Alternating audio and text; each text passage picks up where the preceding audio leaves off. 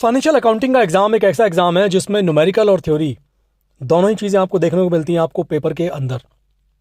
अब ऐसी कौन सी चीज़ें हैं जिनको फॉलो करने के बाद आपको इस पेपर के अंदर ज़्यादा मार्क्स मिल सकते हैं, ऐसे कुछ टिप्स आपको देने जा रहा हूं जो कि यूज़फुल रहेंगे बीकॉम के लिए भी और बीकॉम ऑनर्स के लिए भी। तो पूरा वीडियो बहुत ध्यान से सुनिएगा, समझिएगा कि क्या क्या चीज़ें आपको अपने एग्जाम में फॉलो करनी है जिनसे आपको ज़्यादा नंबर मिल सकते हैं अगर आप इन चीज़ों को आप ध्यान से फॉलो करेंगे। तो अगर आप चैनल पर नए हैं जल्दी से सब्सक्राइब कर लीजिए, बेल का नोटिफिकेशन ज़रूर प्रेस करिएगा। टेलीग्राम, इंस्टा, फेसबुक पर भी अवेलेबल हूँ, ज्वाइन कर लीजिए, वहाँ पर लिंक डिस्क्रिप्शन में है। देखिए, फाइनेंशियल अकाउंटिंग का पेपर जैसा आप सब जानते हैं, सबसे इंपॉर्टेंट चीज़ तो ये आपको ऑलरेडी पता होगी कि आपका जो पेपर आएगा वो अब 90 नंबर का आएगा। यानी कि आपके पास 5 क्वेश्चन होंगे 18-18 नंबर के, जिनमें इंटरनल चॉइस आपको मिलने वाली है। और मैं आपको बता दूं और आपके पेपर में क्या चीज़ होंगी कि आपका जैसे पहला नंबर है क्वेश्चन का, तो वहाँ पर ए पार्ट होगा, बी पार्ट होगा और उसके चॉइस में फिर ए पार्ट और बी पार्ट होगा। ठीक है, यानी कि आपको जो पेपर मिलने वाला है उसमें ऐसा होना बहुत कम होगा कि आपका एक ही क्वेश्चन सिर्फ 18 नंबर का हो। आपको हर क्वेश्चन में 2-2 पार्ट्स मिलेंगे और उनके साथ आपको इंटरनल चॉइस मिलने वाली है। अब आपको क्या चीज़ें फॉलो करनी है? सबसे पहली चीज़, सबसे पहला काम, जैसे क्वेश्चन पेपर आपके हाथ में आए, आप उस क्वेश्चन पेपर के अंदर लिखी हुई इंस्ट्रक्शंस को बहुत ध्यान से पढ़िएगा। इंस्ट्रक्शंस में आपको किस चीज़ों का ध्यान देना है? एक तो टाइमिंग, ऑफ कोर्स वो 3 घंटे की होगी। दूसरी चीज़, कितने क्वेश्चन आपको अटेम्प्ट करने हैं।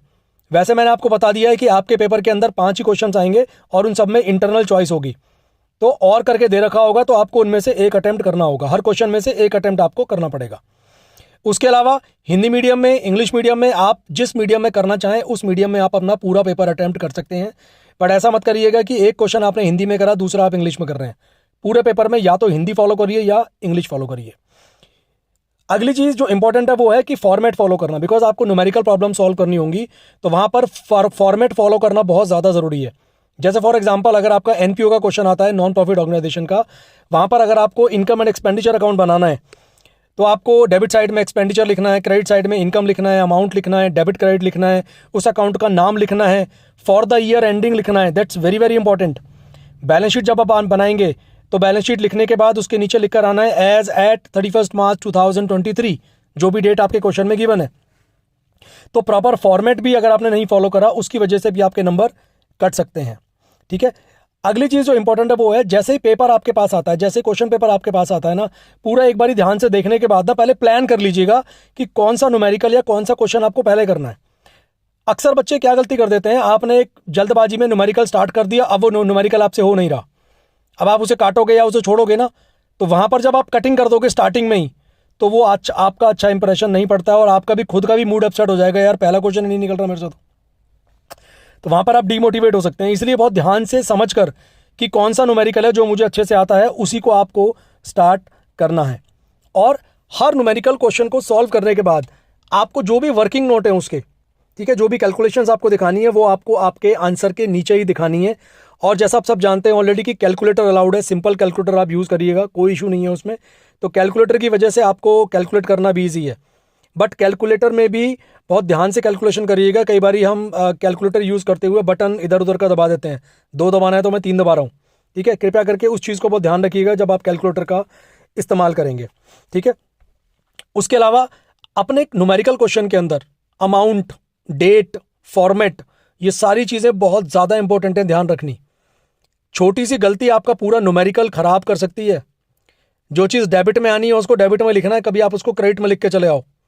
और आंसर में क्या डेट आपको लिखनी है वो बहुत इंपॉर्टेंट है, तो क्वेश्चन में आपको डेट गिवन होगी। ये भी आपको ध्यान रखना है कि पेपर में जो क्वेश्चन है उसमें फाइनेंशियल ईयर एंड हो रहा है या अकाउंटिंग ईयर एंड हो रहा है, यानी कि 31 मार्च हो रहा है या 31 दिसंबर को बुक्स क्लोज हो रही हैं।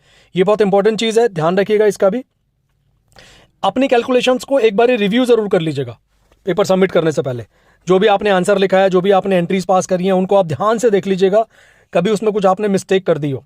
ठीक है, और लास्ट 10 ईयर्स में जो भी 10 ईयर आपके पास आपने परचेज किया है उसमें जितने भी क्वेश्चंस आ रखे हैं, जो जो टॉपिक आपके सिलेबस में है अभी, बिकॉज 10 ईयर के अंदर मैंने देखा है अभी भी कुछ ऐसे टॉपिक्स हैं जो अभी कट चुके हैं, जो आपके कोर्स में अभी नहीं है, तो एनीवेज उसमें कुछ नहीं कर सकते हम, वो टॉपिक आप छोड़ दीजिएगा।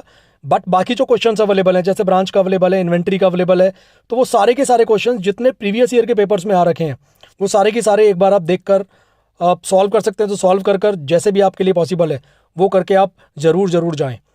और मैं आपको एक बात और बता दूं, जैसा मैंने बताया आपका जो पेपर होगा उसमें जैसे पहला क्वेश्चन है उसके 2 पार्ट होंगे, ए और बी। अब ए में वो क्या करेंगे, वो डालेंगे न्यूमेरिकल और बी पार्ट देंगे आपका थ्योरी का।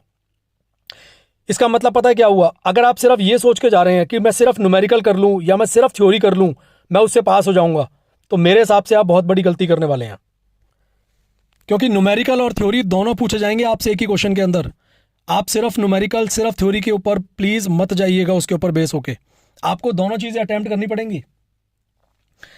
अब मुझे भी पता है आपको इस बार टाइम बहुत कम मिला है, बट अब जो भी टाइम मिला देखो उसमें ही मैनेज करना पड़ेगा। इसका तो मेरे पास कोई भी सॉल्यूशन नहीं है कि टाइम बढ़ जाए आपके लिए, ठीक है। तो ये जो चीज़ें मैंने आपको बताई है ना, ये बहुत ध्यान से अपना एडमिट कार्ड वगैरह कैरी कर लीजिएगा, ठीक है। सारी चीज़ें वो ऑलरेडी मैं एक वीडियो बना चुका हूँ कि डॉक्यूमेंट्स वगैरह कौन से आपको लेकर जाने हैं। तो ये इंपॉर्टेंट इंस्ट्रक्शंस है फाइनेंशियल अकाउंटिंग के पेपर के लिए।